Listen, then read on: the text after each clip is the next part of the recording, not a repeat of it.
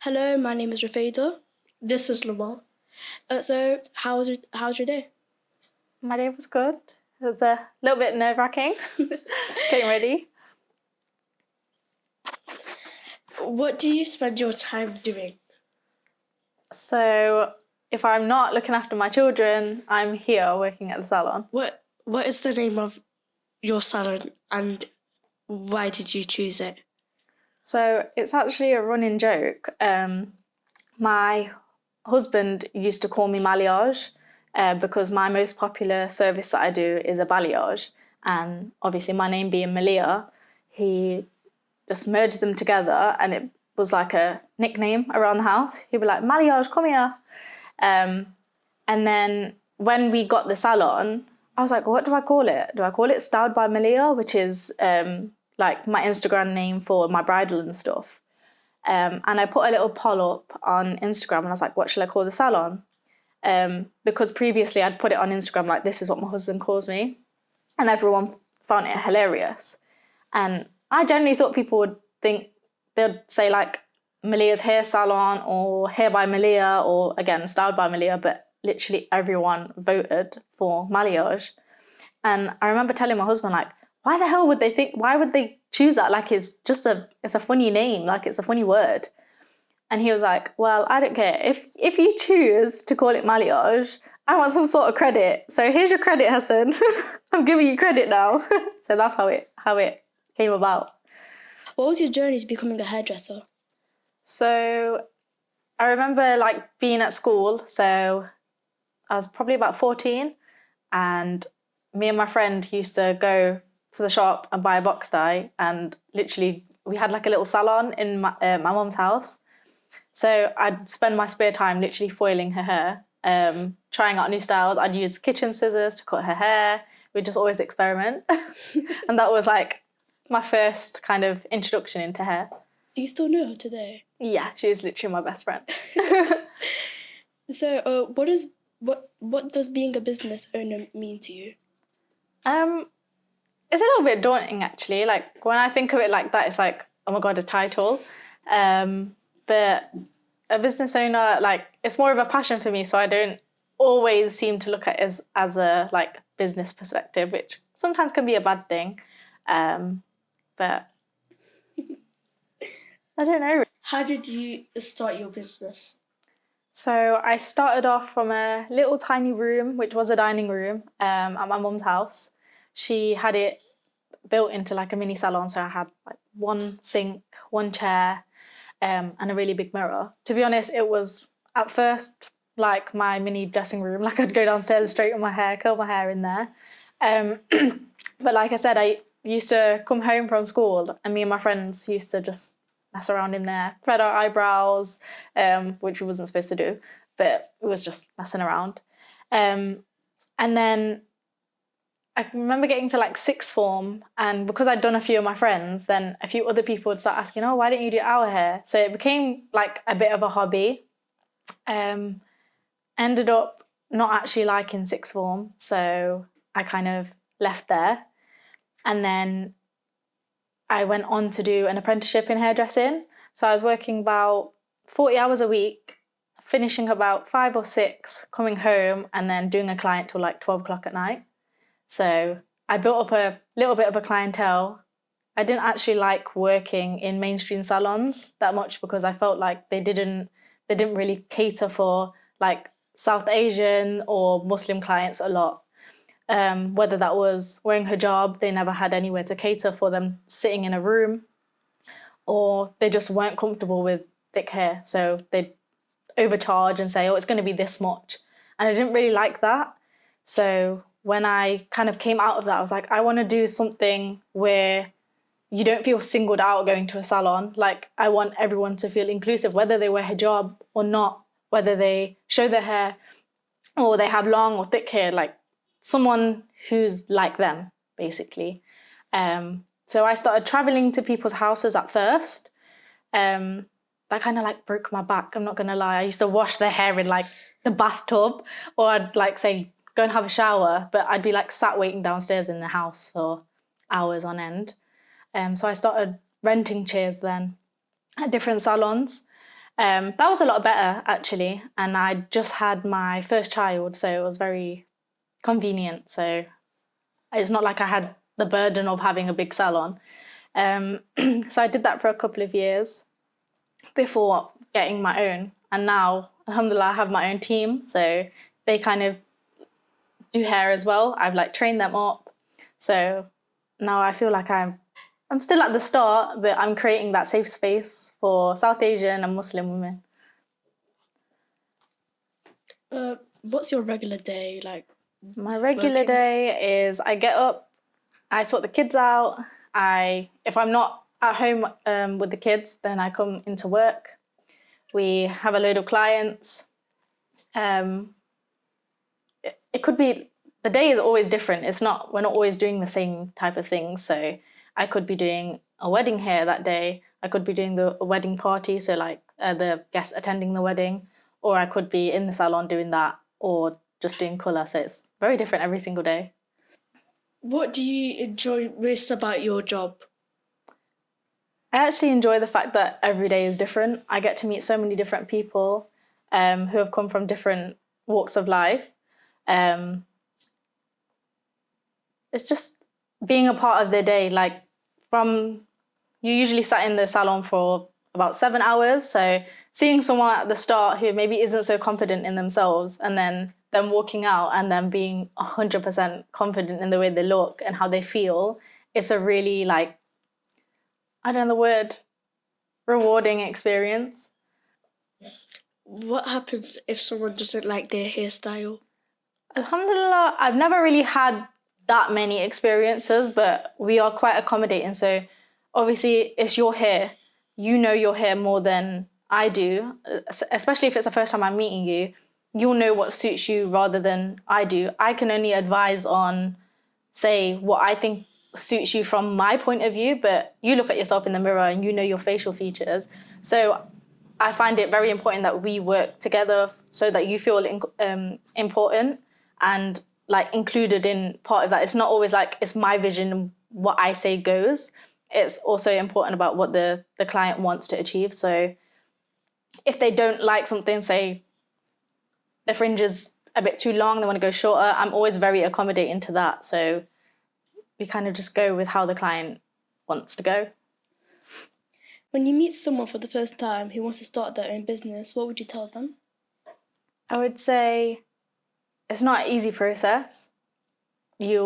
Sometimes you'll wake up and be like, why the hell did I choose this journey? But you have to stay consistent and persistent, I'd say, and take every day as it comes, because it's not an easy process. So yeah, like you have to be consistent. Did you find it difficult to become a business owner and a hairstylist as a Muslim woman? I feel like there were definitely some, like, people kind of look at you different, like, oh, you're a hairstylist, you're not much, kind of thing. But I kind of strive towards getting rid of that kind of image. There's not a lot of us, I'm not gonna lie. Like, there's not a lot of Muslim-owned salons that kind of like want to push it out there. So you have a lot of negativity in the background kind of thing, and it's like, oh, why are you doing it? No one's gonna appreciate what you do. So I feel like you have to be persistent in it and push forward and kind of put that badness to the back. And when you have a goal, you have to achieve it, no matter what you do, no matter what anybody says. What are the stereotypes you had to fight to? So again, working with majority of Muslim women is, why do you do people's hair if they're going to cover it up? And I can't stress this enough, but just because you wear a hijab, or me personally, I feel like hijab isn't always a scarf on your head. Hijab is a whole, like, it's your persona, it's a part of you, regardless of whether you wear a scarf or not. So just because you wear a material on your head, why should you not do your own hair? Why should you not look after your hair? A lot of people think, oh, if you wear a scarf, you don't have to brush your hair. You don't have to look after it. But then when you take your hijab off and you look at yourself in the mirror, that can make you feel like you're not happy with the way you look. So if you can empower someone that wears a hijab, okay, they can put their hijab on after, but at least they know when they take it off, they feel happy with what they look at in the mirror. I do that like all the time. I love doing it. Do you have to do things differently because a hijabi woman comes to the salon? So we close the blinds. We now have a new private room. So I wouldn't say anything differently. Like, it's still, okay, we're respecting their privacy, but I don't necessarily do a whole different service just for them. Because then I feel like they feel like they're getting a different treatment to anyone else coming in the salon. But at the same time, like, we're still doing the normal things we would do in the salon, but with respecting their privacy and giving them either a private room or closing the blinds. What has been the biggest struggle for you in your life? I think every so often I have like an identity crisis, like, who the hell am I? Growing up, being half Pakistani and half English, I feel like I've always battled finding which one I am or which area I fit into. And even now at the age of nearly 27, I still feel like I don't fit in a category. I'm either too white to do this, or I'm too Pakistani or too Muslim to do other things. And I said too Pakistani, it's always too Muslim. It's not even one part of my heritage, it's my religion, or I'm too white. I've never been put into I'm just who I am kind of thing. So I think that is quite hard fighting with that. But I'm learning that I'm never going to fit in anywhere. So I either just need to be who I am, and the people that like me, and the people that don't. And that's it, really. Have you ever faced racism like throughout your life? I don't want to say racism, but I feel like people have a certain outlook on you kind of thing. I don't want to say like actually racist. To be honest, if anything, if I've ever gone out wearing a hijab, I've faced it a little bit more. I've noticed that people speak to you in a different tone, but that really hurts me because underneath I would think to myself, if I didn't have this hijab on and you saw me how I normally looked, you wouldn't have spoken to me that way. But because I have a scarf on, you've spoken to me that way. But underneath, I'm exactly what you are. And that annoys me a little bit. Every single person's telling me, you should try this hairstyle, you should try this hairstyle. I mean, like hijab style. And then at the same time, they didn't even wear hijab. Yeah. So they didn't know like how I could do it. And like you don't know how it's like wearing a hijab and what like people don't know until they've worn it for themselves or found their own journey towards it. If you had a magic wand and could change one thing in the industry, what would it be? The way people price their services when it comes to thick, dark and long hair, because I feel like it really singles us out. We're born with long, thick hair. We don't choose to have it. So a lot of people are forced to do their own hair or box dye their own hair or go to people that are maybe not qualified, or they don't specialize in our hair type. Because of the prices that the leading salons charge, they will literally look at us and think, oh my God, she's got such thick, long hair, charge her £700, charge her £1,000. And if they want it, they're going to pay for it. And I feel like that's not really fair because, okay, we have long, thick hair and it takes longer to do, but allocate that time and spend that time with that client, build a relationship with that client, get to know them like you would any other client. But I just feel like when it comes to long, thick, dark hair, it's money, money, money. And I just hate that outlook. You also have a social media account where you share a lot of posts about your business. How do you think social media has changed how we think about beauty? I think social media plays a very, very big role in this. Like when you look to like TikTok, Instagram, like a lot of young girls, they find their trends from these social media accounts. I think it works both on the flip side. It's really good for like growth and finding new tips and tricks. And I love TikTok for recipes at the moment, like lamb chops in an air fryer for 10 minutes. Wow. Even we've started sharing about hair care. It's really good, but then at the same time, there's kind of like a little bit of a bad side to it because it's always this pressure to like stay on trend. And sometimes you can't keep up. So it's a little bit hard. What do you think you would do for a career when you were 12? I actually wanted to be a lawyer. Yeah, I never would have envisioned this, what I have now. I wanted to, well, I was obsessed with Law and Order, what was it, NCIS, I think? And I watched too much of it as a kid, to be honest. And I was like, yeah, I want to put murderers away. I want to do this, I want to do that.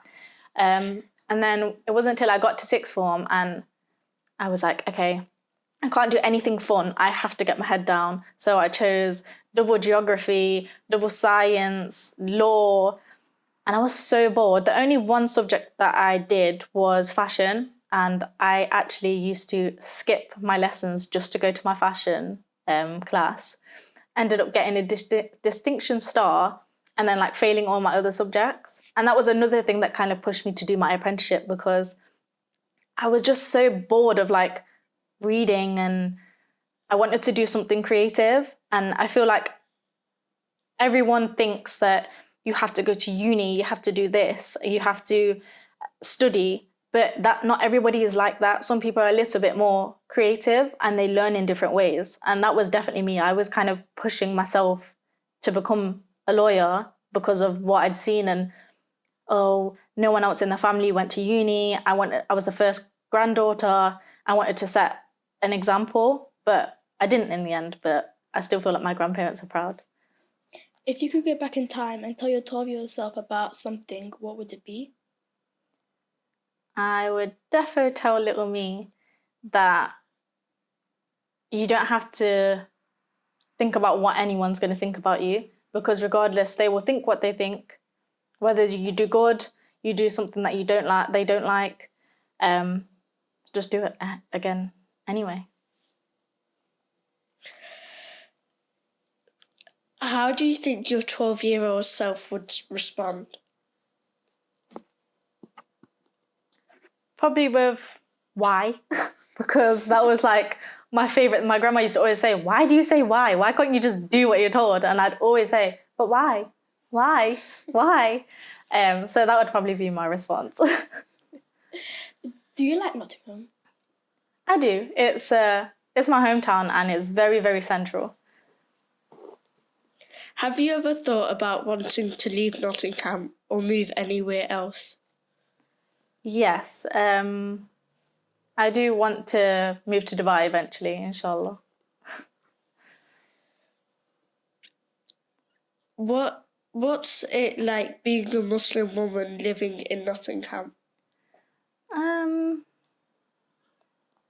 It's very multicultural here, so I don't. As much as I say that I don't fit somewhere, because there's enough of it's very diverse. At the same time, I still feel comfortable here. I don't know if I moved somewhere else, if I'd feel even more like I don't fit into a sector. Who and what inspires you the most and why? My mom, if she was here, she'll probably be like, why she said me. Me and my mom, we fight like cat and dog. Are you okay? Yeah. My mom went through a lot when we was younger. It's not very common for a Pakistani woman to be with an English man. So my mum got a lot of stick for it growing up. And being the older child, I didn't understand it because I just seen her being with someone that she wanted to be with. I didn't understand why people couldn't just allow it to happen. But like even growing up, I've never come across anyone else whose dad is white and their mum is Pakistani. So that again made me feel very singled out. And for my mum to be with someone who was white back in those days, it was very, like, you never saw it. And she kind of just, you never saw her be put down by it. She still did what she wanted to do. And she got through it. That perseverance, I feel like it was kind of instilled in me to get through anything, really. If she could get through that, I can get through anything. I'm just saying, you look. Wait, you know what I'm saying? Okay, wait. Nothing's coming to my head now. I think, your mum would, like, if she was right here, she'd be so proud of you. Probably give you, like, a massive hug right now. Like I said, me and my mum, we're not even, like, huggy type of people. She works in the salon and we fight like cat and dog. You can ask Teresa. We have more of a relationship like we're sisters, so physical touch is not a thing that we do. So we don't hug. We never say, like, I'm that type of person. If she was to say she loves me, I'll be like, ugh. Like, don't say that to me. So yeah, we have a bit of a, I think it's because she had me when she was quite young, so we grew up like sisters. So not every sister has that lovey-dovey relationship. Even my own sister, she's 6 years younger than me. Again, if I was to hug her, she'd be like, "Yo, get off me." Knowing that your mum from Pakistani culture has married a British man, in this generation, do you think she would face the same struggles? I don't think in this day and age, no. I feel like, alhamdulillah, a lot of people, the newer age parents, they're understanding that being with someone, as long as they have a mutual connection, like, you can't help who you get with at the end of the day. And I feel like the cultural pressures are what causes the difficulty. So I feel like nowadays people are more aware of this and they don't cause as much issues for the other people. So cultural pressures, I'd say, is you have to marry the same beliefs, the same everything, basically. And because they feel like you're not going to get on. However, my mum and dad, my dad is actually devout atheist and my mum is a practicing Muslim. So my mum and dad aren't together now, but so for some people they'll be like, see, we told you so. But for me, I'm half white, but my husband is full Pakistani and Muslim. And we do have, some disagreements, but I don't think that stopped us from becoming stronger and kind of using those weaknesses as a strength. So yeah, the cultural pressures it's just keep it within one thing just so you don't go through problems. But I feel like when you have pressure makes diamonds, right? So if everything's in the same environment, you're not going to have anything that advances. You're just going to be in that same circle for however long until someone kind of breaks out of that cycle and introduces something new. And then only then will you see new perspectives. If you could broadcast a message to the whole world, what would that be? It would be to raise more awareness on Palestine and the atrocities that are happening there. It just needs more awareness for what is going on and the genocide that is happening there. The children, the mothers, the young children that aren't able, so we're talking about you guys, what you could be. They're thinking about their next move, what they're going to eat within the next, whether they're going to live or not. And it's sad to say that sometimes, like, we're sat here thinking about the future, whereas what future do they see? So I'd definitely raise awareness and broadcast to the world what is happening there. They like to look like a blind eye to, like, whatever's happening. I'm not pointing at people, but like everybody, like Rishi Sunak, I think it's Joe Biden, the USA, I don't know. They're just assuming that just because we're like Arab, we're Muslim, just because we're anything, they just think that we're the bad people, that we're the terrorists. Yeah. So when Israel reaches out, even though they have more military, they are using weapons that you should use like during like bigger wars. They're using it against a country that can't even defend themselves. itself. They're literally using rocks against tanks. Children who have been lied to, who are trying to literally survive, they didn't even have a home to sleep in, didn't have food, they didn't have resources, and yet Israelis are just pointing at them like, oh, you guys are the terrible people, we're the innocent people. Yappa, This is yappa, the thing yappa. with social media and media, they can portray whatever they want, and obviously appeal to the masses. But again, this is something that you should always do your own research on. You should follow the money trail of who is supporting what and what they're actually doing, because it's okay putting on this fake facade, but again, on social media, there's loads of things that show what they are actually doing. They are the stuff they do to like the dead bodies. It's just disgusting. But if enough awareness is created, more people can see what they're actually doing. But again, this is all qadar of Allah. So these things were written as well. So as heartbreaking it is to see, this was all written to happen.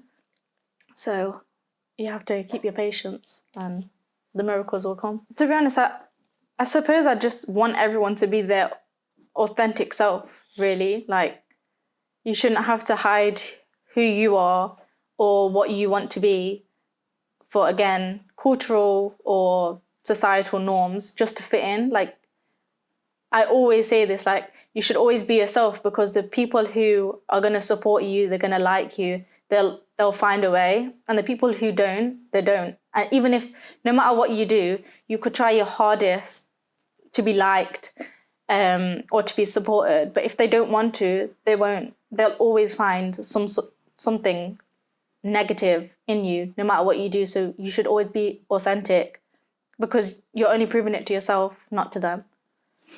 If you could give young girls like us any advice, what advice would that be? Have fun, look after yourself, always think about yourself and your family, and just be aware of what is around you, and always use your noggin. Thank you so much for coming and being a part of this.